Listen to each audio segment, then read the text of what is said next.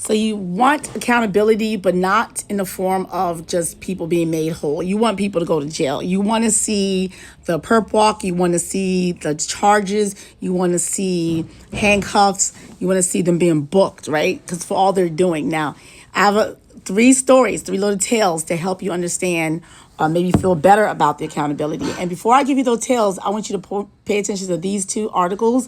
One of them is an article recently that says the Nevada Supreme Court has cleared the way for those folks who are conspiring to make up fake electors during the 2020 elections are going to be prosecuted. And also, recently, I think it happened today, there's a replacement for Fonnie Williams in the Georgia Find Your Vote case, where Mark Meadows, Donald Trump's former chief of staff, is being prosecuted. He'd gone to the Supreme Court and asked the Supreme Court to help him not be prosecuted there in the Supreme Court. It's like, no, it's a state matter. So even though Donald Trump sent a symbolic pardon to all these people, perhaps knowing that the states are going forward, you can't pardon the states. Donald Trump is a 34-time convict in the state of New York.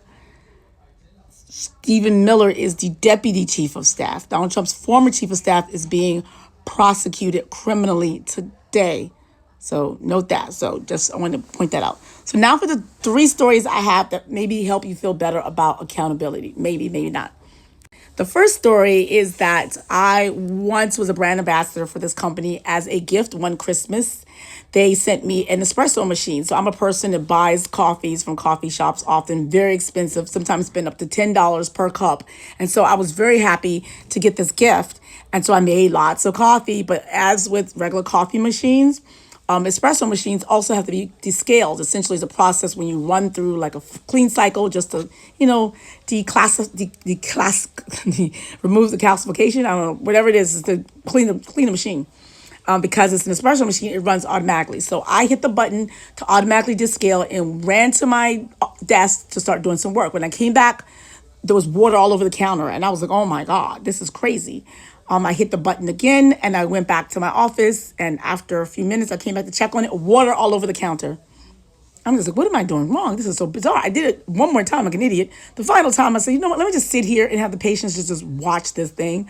So that's what I did. So as the descale process went along, I saw when the water started to pull out, it turns out I was supposed to put a large bucket underneath the spout, and that's what would collect the water. Had I stood there instead of running to my office both times, I would have noticed the very first time that I skipped that step and would have avoided those 3 times that I wasted time and effort and got frustrated. So the symbolic message there for you is that there is a process to all of this. The reason why Donald Trump's cases and they're falling apart is because they're not following the process. I'm JJ Legal. I'm in the dockets. So what I can tell you is that because they don't follow the process, the folks who they harm in all of their actions swiftly and quickly run to the courts. And one of the arguments they make to the courts is that the Trump administration violated this thing called the Administrative Procedure Act. Every single case says that because before the executive can make anything that's a drastic change, whether you're doing a reduction in force, whether you're changing the rules or laws or policies, adding new requirements, taking away requirements, saying that we're going to now only allow grants based on certain things. Anything they do that's disruptive requires a thorough record being made. Part of that record requires what's called a notice and comment. You have to give public notice and the public opportunity to comment. You have to gather facts, stats, data, expert opinions, and you build a thorough record. And then based on that, you can make the decision. Otherwise, it's be found arbitrary and capricious and be unwound. That's a law in 1954 that was created to make sure that this clunky, sometimes like inefficient, but yet sturdy, strong, stable government that took 240 something years to build doesn't get dismantled easily or quickly based on culture wars or based on political ideology, like we see here. They said it took a long time to build these things. This is a lot of work to establish all these rules and procedures. So if you're going to change it, it better be based on something. So that is what happens. Donald Trump does not follow the process of procedures. And that's why you can say the courts ripping under it, that's the water. That's the symbolic of water. It comes back and the scale process is not finished. So the process of trying to the process of trying to kick people out of the country, the process of trying to take away jobs, remove grants, do all sorts of things like that, get unwind and reversed and frustrate them. And it's been a complete waste of time. All that time, the effort, had they just done it right the first time. My second example is my husband and I drive our daughter to school. We take turns sometimes. So along the path in the morning, there's different stretches where there's a lot of traffic. So my husband discovered one day that along a certain stretch of traffic, he can dodge and bob and weave in a side street and end up back into the, around and avoid that long stretch of standstill traffic by going around. And he taught me that method, and I used to do it as well. We used to do it. One day, I noticed that I looked ahead, and the traffic ahead of me through the straight line path was not that bad. And I timed it. And it turns out, had I just had the patience and sit there, I actually got to the other point that I normally get without the frustration of bobbing and weaving, without the extra time of bobbing and weaving, without burning the gas, without burning the resources that takes of doing all the bobbing and weaving on the side just to end up right here. So with that lesson there, if you want to use it symbolic in terms of people saying they're not being held accountable, it's not happening fast enough, is that they're patience. The lesson there is just to be patient because it's not going to happen instantly. We know from the last administration, after they left, immediately Joe Biden started, he started unwinding those executive orders. They started making and taking the process of removing this stuff. He's still in office. So we had that limitations of that. And the Supreme Court is still a Supreme Court, greenlighting a lot of his stuff. Congress right now currently is still majority Republican. So what can we do for that? We're working on that. These special elections in Tennessee is coming up. And soon Mike Johnson's going to lose the Republicans are going to lose their majority in Congress. And that's the end of Mike Johnson's speakership. It's the end of that. So that takes time. Also, Senate Operation 2/3 by one woman campaign to get enough people to remove Donald Trump. If we were to get 20 senators, I know that's a tough call. But with that, you can actually remove, impeach, remove, and convict. But that's next year. So patience. It's going to take some time. And that brings me to my last one in terms of endurability and in terms of sustainability. And when we remove them, we're going to remove them hard for cause and we're going to remove them permanently. But you got to build a strong foundation. So here's my third story. The third story I usually like to say is imagine there's a contest to build a sandcastle on the beach and there's two teams.